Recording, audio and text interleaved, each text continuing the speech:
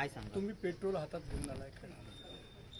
आमच्या जर बिल्डिंगवरती एक पण हातोडा पडला किंवा ते कारवाई करायला जर आले तर मी माझ्या आईसोबत, माझी सिरियस आई आयसीयू मधून काल रात्री मी तिला घेऊन, जर का ह्या लोकांनी हातोडा किंवा काही कारवाई करायची प्रयत्न केली तर मी पेट्रोल टाकून माझ्या पुऱ्या परिवाराला जाळून टाकेल. जोपर्यंत माझं इथं रक्त सांडत नाही मी बिल्डिंगला एक हातोडा पडून देणार नाही.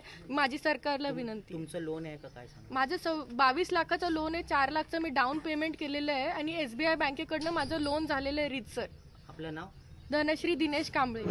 माझं नाव दर्शनी दिलीप पानकर आहे. आज निषेधाची बॅनरने हातात पेट्रोल. निषेधाची बॅनर म्हणजे आमची कमाई एवढी पूर्णपणे कायदेशीरनुसार आम्ही जर इथे घरासाठी लावलेली आहे आणि तेच घर पणाला लागलेलं आहे, तर ते घर आता आमच्या आयुष्याचा आता हा 36 वर्षाचा टप्पा आहे. याच्या पुढे आम्ही अजून कुठलं दुसरं घर खरेदी नाही करू शकत.